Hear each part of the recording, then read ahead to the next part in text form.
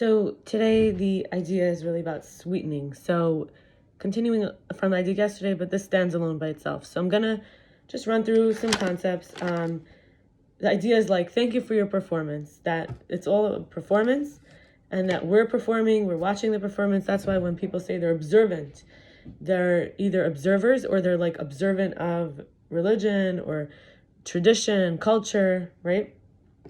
Okay, so first of all, God is light and dark. Light projects, expands into, emanates, radiates into the dark. Light craves to meet the dark. It follows the dark. Think about the light coming through a crevice everywhere. It follows light, darkness everywhere. Someone asks light, do you want to meet dark? Yes, it says. So you bring it in the room and it says, okay, I'm here. Where's darkness? Someone responds, well, it just is there now, and it left. And so the light enters there too. But again, asking eagerly, where's the dark? I'm here. Only to learn it just missed it again. And so on and so forth, never getting to meet, always having its inbuilt cheer to meet it. I want to meet the dark, and the light coming to meet it. But every time it gets to a room, dark leaves the room. So in a human, light gets to meet dark. We have walls, edges, boundaries that the light cannot penetrate fully yet. And if you think of like a frosted window, that the idea is almost like a membrane where the light can touch the dark, okay? So it can meet darkness through that thin barrier. When we have clarity, we have resolution. It depends on the transparency, receptivity, or opaqueness. We would say the guardedness, guarding the light, the dark.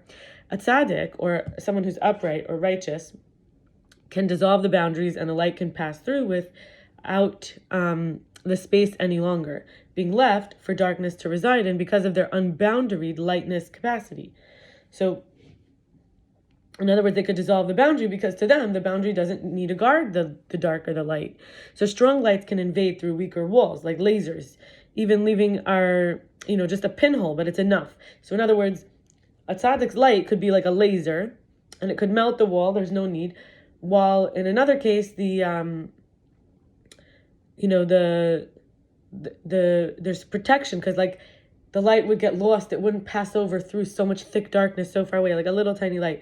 But a strong light, like a laser, you see the difference. So our light, to know where to go to meet darkness. Where light having to be smaller because of maybe a misguided curtain or barricade, like the light is contained.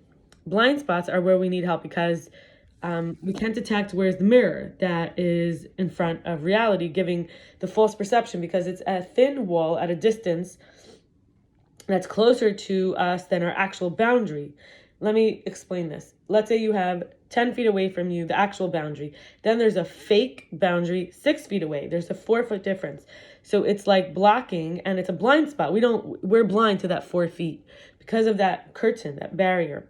And the light falls off there and our light falls off there and it keeps happening until we get closer and we realize that there's that 4 foot, and then we stop having a blind spot. It's not a place that we can't see, right? So as we train, like in anything, think of ballet, we learn, then there's memory, then eventually things are streamlined, and newness, uniqueness, like a reward for the patients can turn it into a display, a play in a vessel, a show, a performance, where the actor and audience both get to observe the magic of creative, intelligent flow enjoyed, a refined vessel instrument. And when the insanities and delusions and anxieties and misapprehensions happen, we would call spiritual darkness, it's because where the light just penetrated through a curtain that was blocking the way. And until now, those beliefs appeared real. So what we just did when we reached them is that we just came to that barrier 6 feet away. That's not a real barrier. There's 4 more feet after that. But all those things that just popped up, the spiritual darkness, the insecurities, anxieties, delusions, misapprehensions, are coming up, and they were in the blind spot, those 4 feet, not even because of the distress they should have, which are only subsequently being seen after the boundaries broken through. In other words, a light got to meet a darkness there, right? When we are no longer who we think we are, and we can finally let light go back forward, returning to unbounded forward, open joy, looking for its other half darkness, rather than the frustration of being up against the wall it knows is not really there. So these are both real. We consciously know the wall's not really there. We subconsciously know the wall's not really there, or pre-consciously or unconsciously. And yet consciously we think the wall's there. So there's that 4 foot difference there. And now we couldn't meet the darkness because there was 4 feet between. But actually now we get to keep on moving outward. Like the light gets to keep going.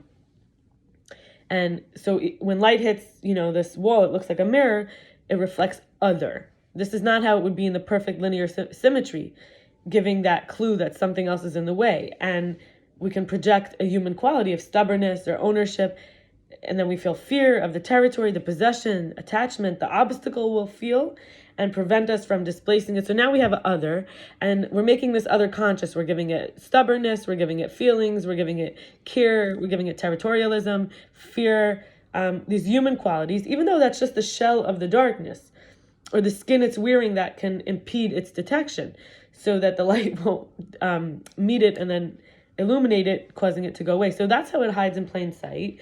Yet this skin and shell is a fuel for the light. Once it's laser pinhole, once it you get through it, you make that pinhole that it's you penetrate it, it brings about even more of the light's revelation, because it's sort of the light gets more fuel. It's almost like it's moving, and then it reaches this wall, right? It always thought this was a wall, and now it could eat this wall and use it to kind of explode even more into more brightness. And this gives it increased momentum, and compared to if it had just been moving and seeking without any deflector, the deflection being that false wall that caused some stalling. This wall that stalled us eventually becomes our fuel, and then we could break through the next boundary. Remember, there was 6 feet and 10 feet. 10 feet's the real, and we could break through that boundary because we got this extra boost from this false wall. Now we feel even better. Now we could break through boundaries, right? We thought this was there, and these misapprehensions, uncertainties, they're not real. They were just hiding in our blind spot.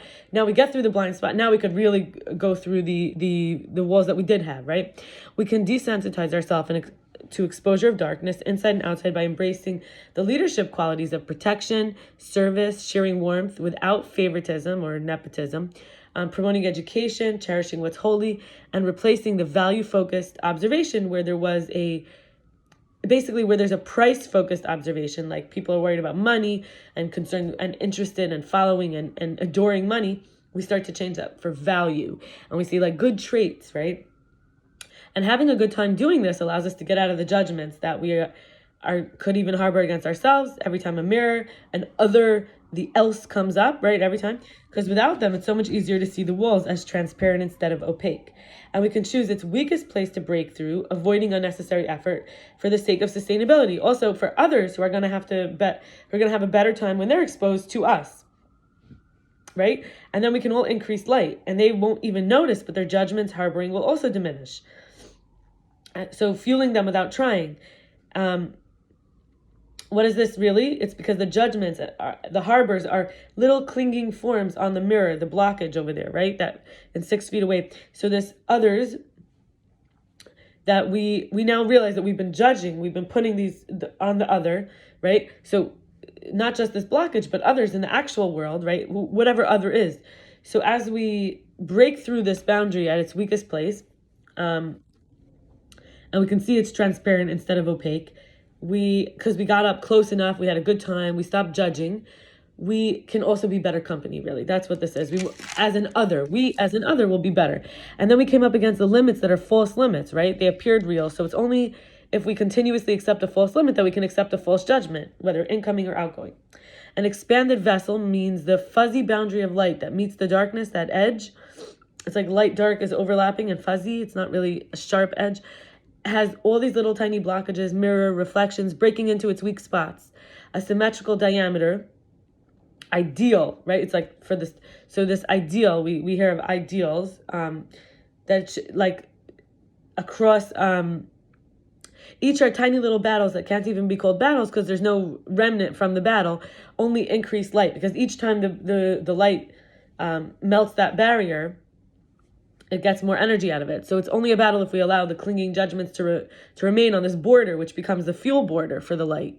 So it's symmetrical in terms of the edge, right? It's fuzzy. It's like light keeps increasing and going over the darkness. And the neurons that we have in our brain and in our body have myelin, like thinking of a neuron that has a head and then a skinny part. It's called the axon, and then the little pieces sticking out. That axon is covered in a saltatory conduction, which is it's covered with a fat, like a myelin sheath. And saltatory conduction means it jumps. It actually saves time because the light passes on an information highway. The insulation prevents it from leaking, and it speeds up and optimizes the overall efficiency of the path. So We can learn from this. Everything in the body teaches us about ourselves. When we accept false judgments and limits instead of light getting to meet the dark because of asymmetry and the suffering, the constriction, we never know when we're truly being observed in these blind spots from outside or inside. We never really know if the limits or the judgments apply that we project out or that project in. So we can desensitize to judgments and learn and grow anyway, moving through previously uncharted territory, the way the light could jump on the myelin sheath. So we project onto how light should be rather than being the light. This is like the false other, right? This is the ideal. Is the diameter a symmetrical area. So dissolving more and more of who we think we or others are supposed to be is necessary as an intention that with practice and training becomes automatic enough that we can enjoy, play, and watch creative flow surprising both us and our audience. And this is kind of like food for thought. And it's the best time to have food for thought is early in the day because that day's contents are changed. So the food for thought. If we think about these things early in the day, so we think about light, we break our barriers, we let go of judgments, we let go of ideals, and we decide to have a playful attitude, and we stop projecting on what we think is other. And when we don't allow ourselves to take up so much space or to take up enough space, the body reflects it with weight and volume in terms of like if it may get bigger or it may like try to be smaller. Like, so all of this is related, like physically, spiritually, mentally, the darkness, the light. And may we all feel that feeling of thank you for your performance, like the light show.